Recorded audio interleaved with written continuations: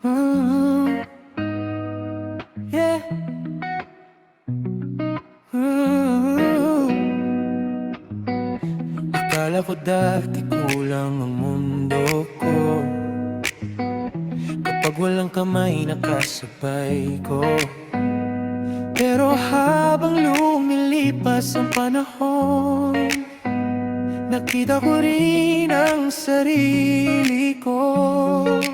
Kaya ko pala ng solo, kahit mag-isa ay masaya na ako. Di natakot sa katahimikan, dahil sarili ko'y naging tahanan. Kaya ko pala ng solo, di lahat ng biyahe may kasabay na tao.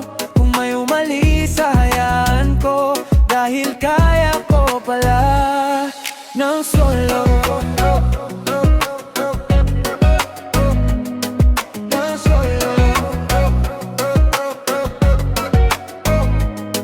Dati, bawat gabi may tanong sa kisame, bakit laging may nawawala sa tabi? Hinabol ang mga aninong lumalayo, habang sarili ko yung unti-unting naliligaw. Hanggang napagod sa kakahintay, sa mga pangakong walang dumaday. Ngayon ang katahimikan ay di na bulungan, kundi lugar kung saan ako natutong mabuhay. Gin malusukatan ng lungkot ang pagiging mag-isa. May mga tao may agay sa paligid, pero sila pang walang kasama.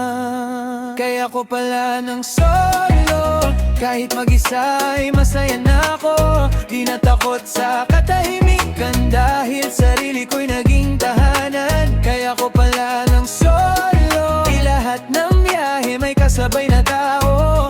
Kung may umalis, hayaan ko, dahil kaya ko pala ng solo.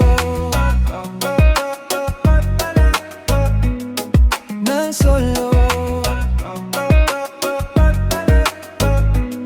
Mas nakilala ko ang pangarap ko nung wala nang ingay ng opinyon yun. Natutong tumawa ng walang dahilan, at umiyak ng di naghahanap ng balikat. Kung may dumating, salamat sa oras. Kung may umalis, salamat din sa aral. Hindi na ako takot mawalan, dahil alam kong di ko kayang mawala sa sarili.